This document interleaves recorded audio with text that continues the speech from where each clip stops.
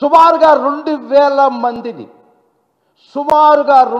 మందిని ప్రిసైజ్గా 1200 చిల్లర మందిని మీరు సోషల్ యాక్టివిస్ట్ని మీరు అరెస్ట్ చేసి ఈ 15 నెలల్లో వైఎస్ఆర్ కాంగ్రెస్ పార్టీకి సపోర్ట్ చేసినటువంటి వ్యక్తుల్ని మీ ప్రభుత్వాన్ని తప్పులను వైఫల్యాలను ఎండగట్టుతున్నటువంటి యువతని సుమారు 2000 మందిని ఈ 15 నెలల్లో మీరు అరెస్ట్ చేసి టార్చర్ డెన్స్లో వాళ్ళని హింసించలేదా? నేను ప్రత్యక్ష సాక్షిని వాటికి.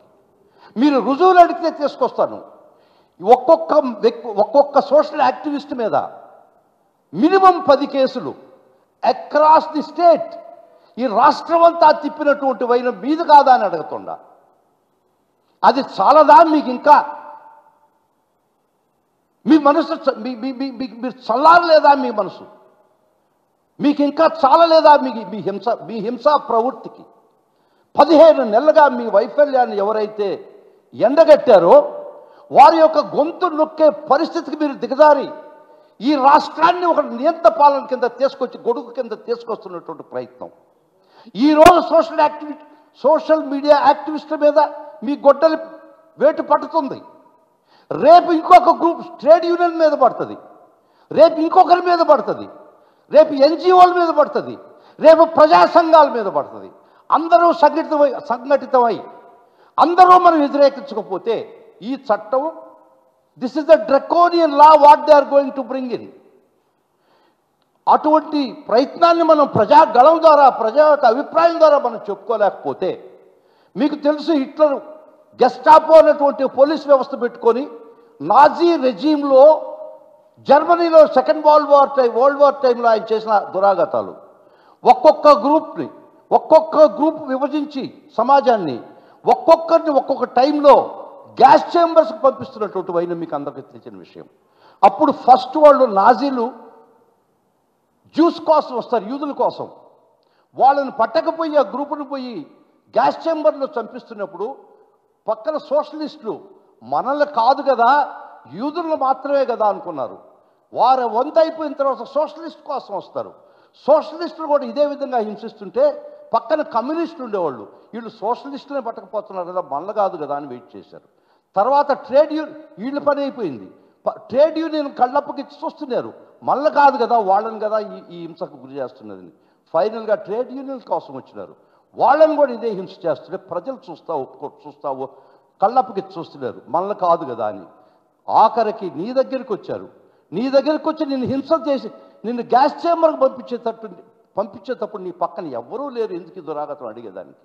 ఇప్పుడు ఒక సోషల్ మీడియా యాక్టివిస్ట్ని మీరు కర్కశంగా అడిచేయాలనుకుంటున్నప్పుడు మీరు ప్రధాన ముద్దాయి అవుతాడని మీకు ఖచ్చితంగా చెప్తుండా.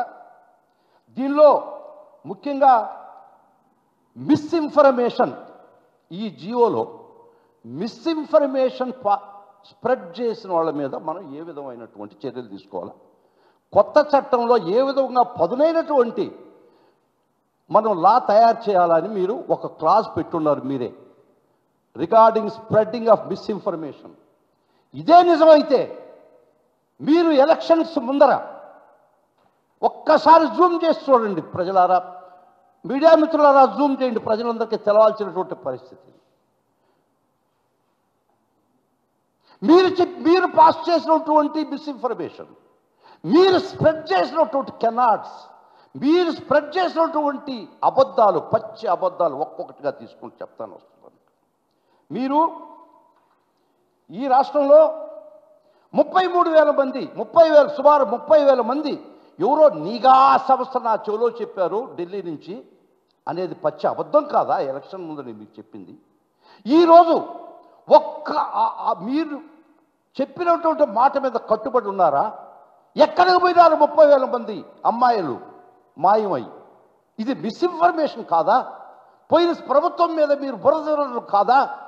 కాబట్టి ఈ మిస్ఇన్ఫర్మేషన్ స్ప్రెడ్ చేస్తే చంద్రబాబు నాయుడు అని డిప్యూటీ సీఎం మీరు శిక్షార్హులు కాదా? మొట్టమొదట అది ఒక్కటి కాదు, మీరు చేసినటువంటి 14 లక్షల కోట్ల అప్రూవ్ నేను ఈ రాష్ట్ర ప్రభుత్వాన్ని నిలదీయలేదా?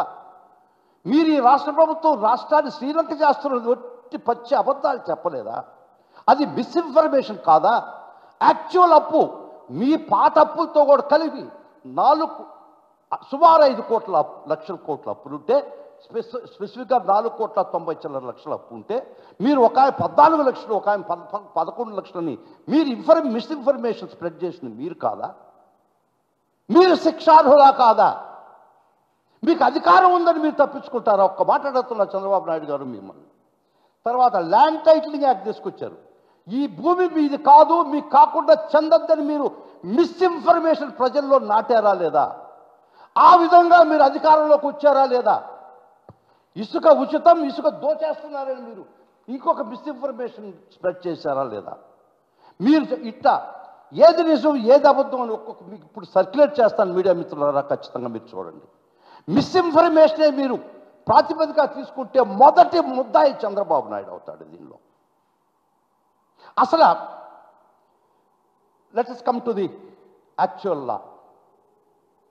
ఈ సోషల్ మీడియా పోస్టింగ్స్ వీటిని గవర్న్ చేసేది IT act 2000, information technology act 2000. ఆ యాక్ట్ వచ్చి 3 లిస్టులు ఉంటాయి, 4 లిస్టులు ఉంటాయండి. రాష్ట్రం యొక్క అధికారాలు పరిధి, స్టేట్ యొక్క అధికారాలు పరిధులు. Central list, state list, concurrent list, residuary list.